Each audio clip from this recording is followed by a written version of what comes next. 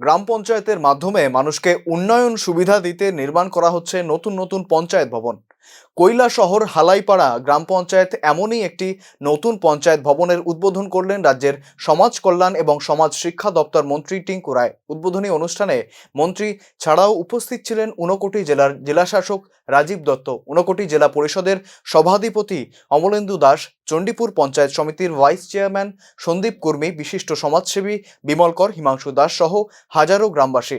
নবনির্মিত পঞ্চায়েত ভবনের মাধ্যমে এই এলাকার সাধারণ মানুষেরা সরকারের বিভিন্ন সুযোগ সুবিধা নিতে পারবেন বলে জানান টিঙ্কু রায়। সরকারের বিভিন্ন স্কিমের খোঁজ খবর নিতে এই পঞ্চায়েত ভবন এক উল্লেখযোগ্য ভূমিকা রাখবে বলে বক্তব্যে উল্লেখ করেন সমাজ কল্যাণ দপ্তরের মন্ত্রী। গ্রামের উন্নয়নে পঞ্চায়েত এবং গ্রাম প্রধানের বিশেষ ভূমিকার কথা এদিন নিজের বক্তব্যে তুলে ধরেন মন্ত্রী টিঙ্কু রায়। নতুন পঞ্চায়েত ভবনের উদ্বোধন ঘিরে বুধবার স্থানীয় গ্রামবাসীদের মধ্যে ছিল ব্যাপক আগ্রহ ও উদ্দীপনা। অর্থাৎ চিফ মিনিস্টার যদি চান একটা রাজ্যকে, গরিব মানুষকে সুশাসন দেওয়া, আগামীকালকেই আমরা আমাদের রাজ্যের যে জনসংখ্যা, আমাদের যে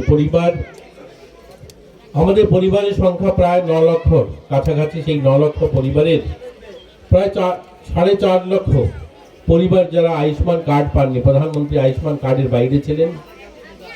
অনেক গরিব আমাদের জনজাতি এলাকায়, গ্রামীণ এলাকাতে রয়েছে যারা আয়ুষ্মান কার্ড এখনো পাননি। তারা চিকিৎসার জন্য আজও বিভিন্ন জায়গায় তাদের যখন যেতে হয়, বাড়িঘর বা জমানো পুঁজি নষ্ট করে বা সেটাকে ভাঙিয়ে তারা যেতে হয়। আগামীকালকেই আগরতলাতে মাননীয় মুখ্যমন্ত্রীর নামে মুখ্যমন্ত্রী জন আরোগ্য যোজনার সূচনা হবে এবং আমাদের রাজ্যের 100% মানুষ 5 লক্ষ টাকা চিকিৎসার সুবিধা পাবে। এই যে করার ইচ্ছা শক্তি, আমরা দেখেছি যে গত বছরও বা এবারও প্রতি ঘরে সুশাসন ক্যাম্পেনিং চলেছিল।